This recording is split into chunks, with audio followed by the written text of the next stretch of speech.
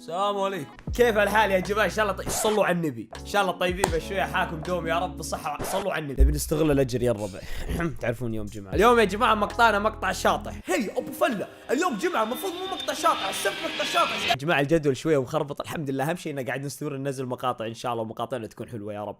حلوه ولا لا المقاطع؟ علمني. طيب اذا المقاطع حلوه ليش للحين مو ضاغط زر اللايك؟ ها علمني ليش مو ضاغط زر اللايك. طيب فكرة المقطع الشاطح بكل بساطة، أنا من النوع اللي أحب أقرأ كلام الناس وشنو قاعد تكتب عني. للأسف هذا الشيء له إيجابيات وسلبيات، وإيجابياته إنك تسمع كلام الناس وتتعلم وتشوف الشيء الخطأ. إذا مثلا قاعد تسوي شيء خطأ وكلام الناس قاعد يقولوا هذا شيء خطأ، لعلك تشوف إن هذا الشيء خطأ فتصير تسوي الشيء الصح. وسلبياته للأسف مرة كثير، للأسف في كثير من الناس يحطمون الواحد، يأيسونه، يجلدونه جلد، يسبونه. ولكن الحمد لله يا جماعة مع العمر والاستمرارية في السوشيال ميديا، يعني أنا لي تقريبا بهالمنصة بابا 3 سنين، صار عندي ميزة يا جماعة، خاصية قوية جدا. الخاصية كالآتي: إذا كان كلامك ما منه فايدة وغبي، أدخله من إذني اليمين أطلعه من إذني اليسار. عليك محتواك متصنع وفاشل وغبي والله زي وجهك. كمل جزاك الله ألف خير. كمل والله ميزة مرة قوية يا جماعة، ترى مرة ترتاح مع الميزة هذه. المهم يا جماعة، فبدون لا أطول عليك لأن عزيزي المشاهدة وقتك جدا يهمني، ما أبي أطول عليك، هتنزل اللايك. فنبدأ الآن، راح ندخل حسابي في الانستغرام ونقرأ التعليقات والبوستات الناس اللي تكلمت عني. اليوتيوبر الكويتي الشاب أبو فله يحطم رقم قياسي كأسرع يوتيوبر بالعالم، يصل ل 10 مليون متابع عبر اليوتيوب في مدة قياسية 1.5 سنة. زيدوا يا جماعة، أنا قربنا نوصل 11 مليون وما أعرف شو له أسوي. كاتب بالتعليقات في أحد يعرفه؟ خلنا نشوف يا جماعة في أحد يعرفني. الله يبارك له صراحة، كل ما يوصل رقم جديد يوزع هدايا غير عن الباقي، وبنى مسجد، فأكيد الله بيوفقه. لا اله الا الله، قسم بالله يا جماعه تعليقاتكم هذه اللي كذا والله جدا يا اخي تاثر بالقلب. شكرا لكم، الله يسعدكم والله يجعلها في ميزان حسناتنا يا رب العالمين. واعيد واكرر على السريع نقطه يا جماعه، والله مو هدفي ان الناس تتكلم عني كذا والله، ولكن اللي يسوي الخير يكسب الاخره ويكسب الدنيا، يكسب الاخره باذن الله، يلا ربي يجعلها في ميزان حسناته، ويكسب الدنيا بان الناس راح تتكلم عن الاشياء الصالحه اللي قاعد يسويها. عصفورين بحجر واحد يا اخي، خلي عندك مخ يا اخي، خليك ذكي يا اخي. كويتي ويسولف سعودي. والله شوف، اولا ما حد قال اني كويتي، وما حد قال اني سعودي، وما حد يدري شنو جنسيتي، هذا احلى شيء. مو مهم انك تعرف جنسيتي يا عزيز المشاهد، المهم انك تعرف اني انا انسان. يا شو انا حيوان اخي والله. انت اسكت وكمل، اسكت يا عمي. يشتري متابعين وانتم مصدقين؟ شلون اشتري متابعين؟ علمني. هي برو، انت باليوتيوب برو، ما انت بالانستغرام. وشوف صراحه يعني ما تلام يعني، والله يا جماعه خلينا نكون صريحين، ما شاء الله تبارك الرحمن، انا قبل 3 ايام محتفل بال10 مليون، والان يا جماعه انا واصل 10 مليون و700 الف 800 الف يمكن بعد المقطع. الحمد لله الحمد لله الحمد لله، ثم الشكر لكم يا جماعه، الله يعطيكم الف عافيه، بس شويه هدوا بالاشتراك. اوكي خلينا نشوف الناس شنو ردوا عليه. دليلك تحريات كلب، هذا منو يجيب دليله؟ من كتاب الموسوعة الكلاب. واضحة يا حياتي، محتواه خرا وكل اللي يتابعونه يهال.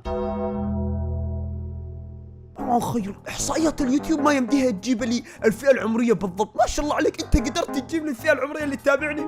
دايم مان والله دايم. بغض النظر عن الكلام اللي يقوله يا جماعه، لان انا غسلت يدي من التحريات الاولى لما قال يشتري متابعين. ولكن دقيقه، ايش فيكم يا جماعه مع الجهال؟ يعني يهال يعني جهال يا جماعه، بس بالكويت يعني عرفتوا من ياينا هالحزه. والله ما تستاهل هاشتاج بتويتر، والله يمزح والله يمزح. ليش تحسسوني انكم ولدتوا وانتم كبار؟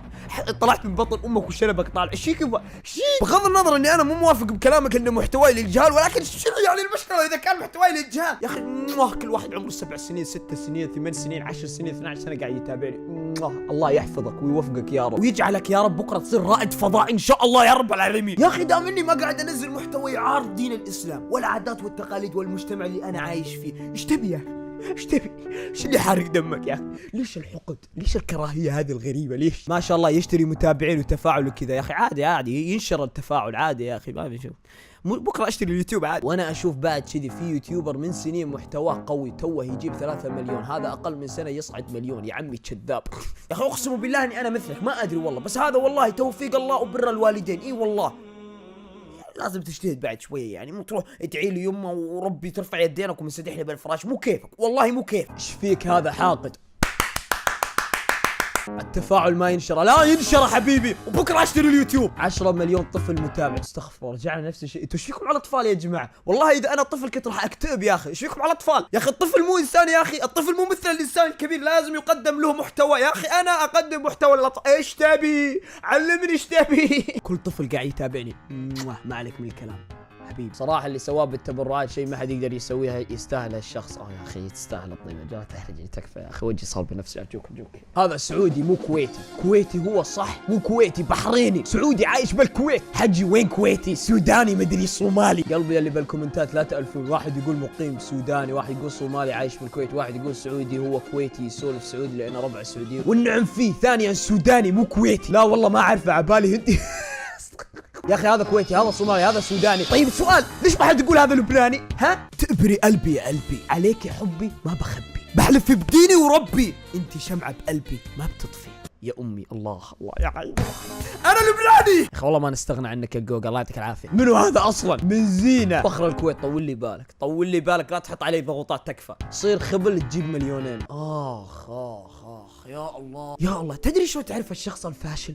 اعذروني على الكلام هذا، ادري مو متعودين يا اسولف كذا، بس لازم اقول الكلام هذا عشان تعرفون الانسان الفاشل والانسان اللي مو فاشل. الانسان الفاشل اللي ما يقدر ينجح باي شيء، يحاول لما دائما يشوف نجاح قدامه يحبط الشخص هذا كثر ما يقدر، يحاول يوصل للشخص هذا ان النجاح اللي انت سويته والشيء اللي انت سويته ترى جدا ايزي واي واحد يقدر يسويه. يا اخي انا معك، صير خبل وتجيب مليونين. تعال افتح قناه باليوتيوب صير خبل تجيب مليونين. هذا تشوفون التعليق هذا لعله كتبه وهو قاعد يضحك، بس والله ما يدري شلون ياثر على الواحد التعليق البسيط هذا. انا لعلي الحمد لله تعودت مع الوقت وصار عندي خاصيه اني من الاذن هذا للاذن هذا، بس غيري للاسف يتاثر. كلمه والجمله والله تاثر.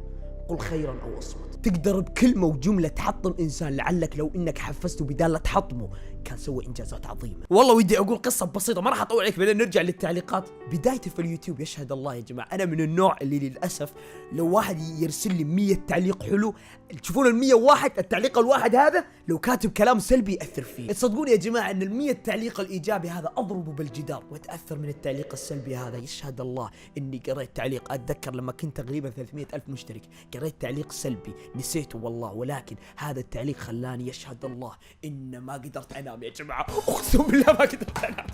والله العلي العظيم انسدح بالفراش يا جماعه، قاعد اطالع السقف كأن التعليق مكتوب بالسقف كذا. طيب خلينا نشوف الناس شنو تقول. السخيف هذا مو نفسه اللي فوق. دقيقه يا جماعه هذا حقود. انا مسوي لك شيء يا اخي، ماكل حلالك انا، في دية بيني وبينك. على الاقل السخيف تبرع ب100,000 دولار للمساكن وبناء المساجد. ليتس جو بيبي. يا اخي الله يسعدكم على ردكم الراقي والجميل، شكرا لكم والله. اوكي رجع الحقود مره ثانيه، الله يجزيه الف خير وميزان حسناته، بس هو يكذب على الناس. يا الله حقود اشتري متابعين. هذا واحد، متابعيني جهال مع انه ما فيهم شيء الجهال، بس هذا 2. انا واحد سخيف، هذا 3. والطامه الكبرى رقم 4. انا واحد كذاب. يعني مشروع الخير يقول لك كذب. يا اخي انت ايش فيك؟ انا شو مسوي؟ انا والله لازم ادخل عليه بالخاص اكلمه يا الربع هذا، والله لازم اكلمه. دقيقه يا رجال انا ماكل حلالك شيء. علمني تكفى، علمني. ليش حاقد علي كذا؟ اوكي نكمل. دمه ثقيل ويتصنع كثير، الله يوفقه ويرزقه. اوكي ما نبي نكمل. اوكي الناس اللي تتكلم كذا دمه ثقيل ويتصنع كثير، الله يوفقه ويرزقه، ترى بالعكس انا التعليقات هذه يعني ما اذن لها الكراهيه، اذن لها هذه شنو اذن لها؟ علمني. لان التعليق يعبر عن رايه، دمه ثقيل ويتصنع كثير وما احب اتابعه مثلا، الله يوفقه ويرزقه. ريسبكت. انا ضد الكلام هذا، ودي والله اتناقش وياه واخذ اعطي معه عشان اعرف ليش هو ماخذ النظره هذه مني، ولكن احترم رايه. يا اخي لازم يعم الاحترام المتبادل بين الناس، كل واحد ورايه. يا اخي انت تكرهني وتشوفني متصنع، انا في يوتيوبرز اشوفهم كريهين ويتصنعون. يا اخي عادي كل واحد ونظرته، انا ما راح اغير نظره الواحد، ولكن في شيء مهم اسمه الاحترام. الاسلوب بين كسب القلوب وكسر القلوب هناك خيط رفيع اسمه الاسلوب. الله يا وربي انا مش طبيعي اليوم، انا مش طبيعي قسما بالله العلي العظيم. اليوم انا مروق، صلي صلاه الجمعه مروق، الله وكيلك كلام عسل. ما نوفي حقك قسم بالله. الشاب الكويتي حسن سليمان بعد دخول 10 مليون مشترك يوزع 3 سيارات على متابعينه ويقوم ببناء مسجد وبئر في افريقيا وتكفل بعلاج 1000 شخص مصاب بالعمى او ماء الابيض بالعين. اول شيء تعديلات بسيطه، مو انا اللي تكفلت ومو انا اللي بنيت المسجد، كل شيء كان تبرع، وانتم او كلنا احنا اللي سوينا هالشيء هذا. وكاتب تعليق ونعم التربيه. يا الله يا اخي، يما قاعد تشوفين المقطع يما من كنت صغير وتقولين لي راح اسود وجه العائله. شوفي يما، شوفي ما كان المفروض يعلن كذي رياء. اي رياء يا اخي؟ وين الرياء؟ انت من وين جاي مفهوم الرياء؟ وهو مصطلح اسلامي يطلق على فعل شيء يقصد ان يراه الناس من اجل ان يقال هذا شخص صالح او لارضاء الناس ولا يهتم بارضاء الله. هل انت دخلت في قلبي علشان تقول انا قاعد اسوي هالشيء هذا من اجل الرياء؟ هل انت متاكد بكلامك ان انا وياك راح نكون واقفين امام الله وراح تسال لو انت طلعت في يوم القيامه غلطان شو راح يكون موقفك وانا مو مسامحك؟ انا قاعد اقول فرضا لو اني مو مسامحك بس انا ترى مسامح الجميع. لا تستهين ابدا بالاشياء هذه، لعل كلمه تخرج من لسانك تهوي بك بالنار. كفو والله، الله يوفقك، الله يبيض وجهك يا اخي. ايش اللي يسوي عمل صالح اعتقد ما له داعي يخلي الكل يعرف انه سوى عمل صالح، لان هذا كذي يمكن سوى عشان الكل يعرف مو عشان رب العباد او رب العالمين.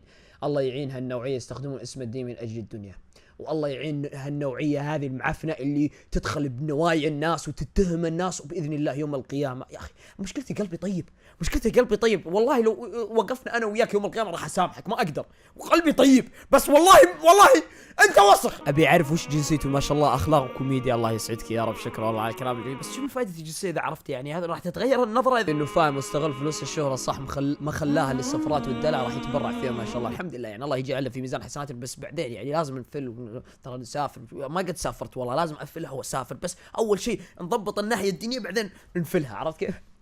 لا تفهمون غلط، تكفون. هذا اللي يستحق الشهرة والدعم، هذا اللي يستحق الشهرة، اتمنى ما يطمع، ما شاء الله استغل شهرته صح يا اخي. والله والله انا بذوب، انا يعني قاتل تفتح النفس اكثر مش بيسوي اقوى المال، الله يجازينا خير يا رب، اكثر افضل يوتيوبر في العالم يا الله، صحيح والله احسن واحد في عمان يا الله يا الله، فخر العرب. لا كذا كثير، محمد صلاح وحر. حتى لو تبرع ما يتغير سخافته يا اخي، والله يا اخي قاعد نحاول اقسم بالله، قاعد نحاول نثقل قدام الكاميرا، قاعد نحاول يا اخي، ما تشوف اليوم قاعد ارمي كلمات واحكام حلوه، هدي علي بكره تشوفني ثقاله، انطر علي شوي بس.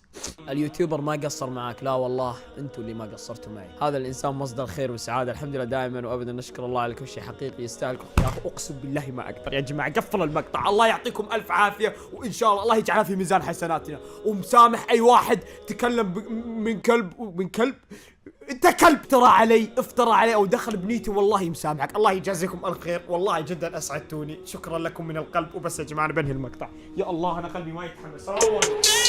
Man, I've been fearless, I let them feel this. You know I spit it no cap when I kill فخر العرب يا رجال، وربي محمد صلاح حطك بالجيب this. I'm better hit him with the rest, let them hear this. Where this war tour better be a field trip.